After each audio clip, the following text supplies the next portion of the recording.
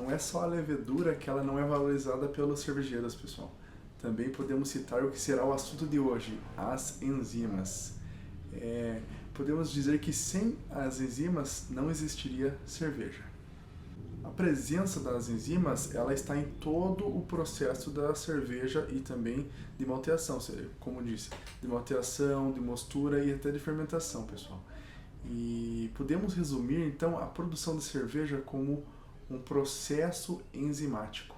As enzimas nada mais são do que uma classe de proteína, onde o trabalho delas, a função, é acelerar, é catalisar reações químicas, pessoal. E por que nós fazemos a mostura, pessoal?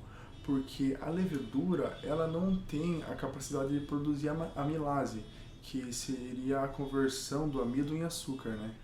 E então por isso que nós fazemos a mostura na temperatura certa, porque para que a gente possa fazer essa reação de amilase, onde o amido é convertido em açúcar, aí sim, vão ferver tudo, mandaremos esse produto para fermentação, né, para que a levedura faça o seu trabalho. Para a gente catalisar uma reação, a enzima ela se une ao substrato, e no final dessa reação é alterado o substrato e a própria reação, onde a enzima, ela, a partir disso, é liberada para que ela possa fazer várias outras ligações em outros substratos. As atividades enzimáticas dependem de muitos fatores. Eu vou ler para vocês aqui o meu resuminho porque eu não decorei.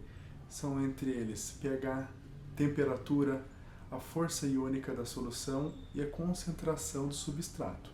Quando você controla esses fatores, você controla o produto. Quando falamos de enzima na mostura, galera, não são apenas a alfa-amilase, a beta-amilase que podem alterar nosso produto final.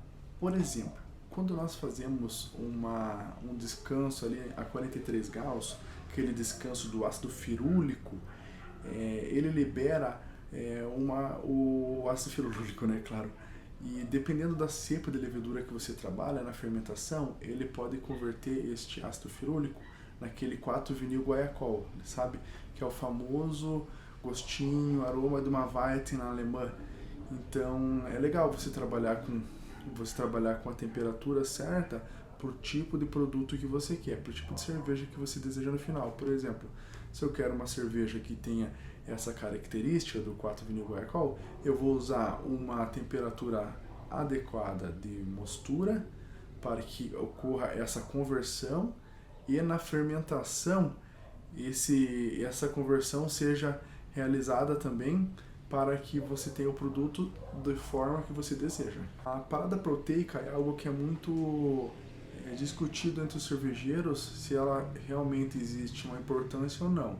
No livro ele diz que para maltes que são pouco modificados ou para aqueles maltes de 6 fileiras, que é o, vou colocar o desenho para vocês verem aí, tem um impacto maior do que aqueles maltes que são mais modificados, galera. Entrando no assunto de açúcares simples contra açúcares complexos, galera, quando você faz uma temperatura mais alta essa mistura, ela libera a famosa dextrina, que ele é pouco fermentável ou não fermentável, ou seja, quanto maior a sua temperatura na mostura, menos fermentável vai ser seu mosto.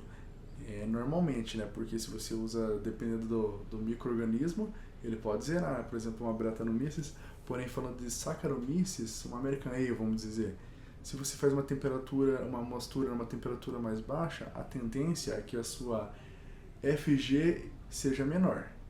Enquanto quando você faz uma temperatura bem alta, vamos lá, chutar uns 72 graus, 71, 70, para liberar bastante dextrina, você vai ser menos fermentável, ou seja, sua atenuação vai ser menor. Quando nós fervemos o mosto, este calor ele desnatura as enzimas. Isso faz com que elas se precipitem e separem do mosto sendo no final do processo ali como trube, como aquela laminha que fica no fundo, né? E quando a gente fala de enzimas dentro do processo de fermentação, pessoal, eu vou pôr aqui uma imagem que seria o resumo, né? A simplificação da conversão do mosto do açúcar em etanol, que estava no livro, eu acho importante estar aqui também. Galera, não sei se vocês sabem também, mas existe a possibilidade que também é citada no livro, muitas cervejarias hoje usam, que é a adição da amilase diretamente na fermentação, no início da fermentação ali. E o que acontece quando você adiciona essa amilase? Ela faz com que os açúcares, até mesmo os mais complexos, eles se degradem, eles quebrem e sejam transformados em açúcares mais simples. Assim eles vão fazer com que o trabalho, né, da fermentação seja mais fácil para a levedura e também vai ajudar na atenuação. A tua atenuação vai ser um pouquinho mais baixa.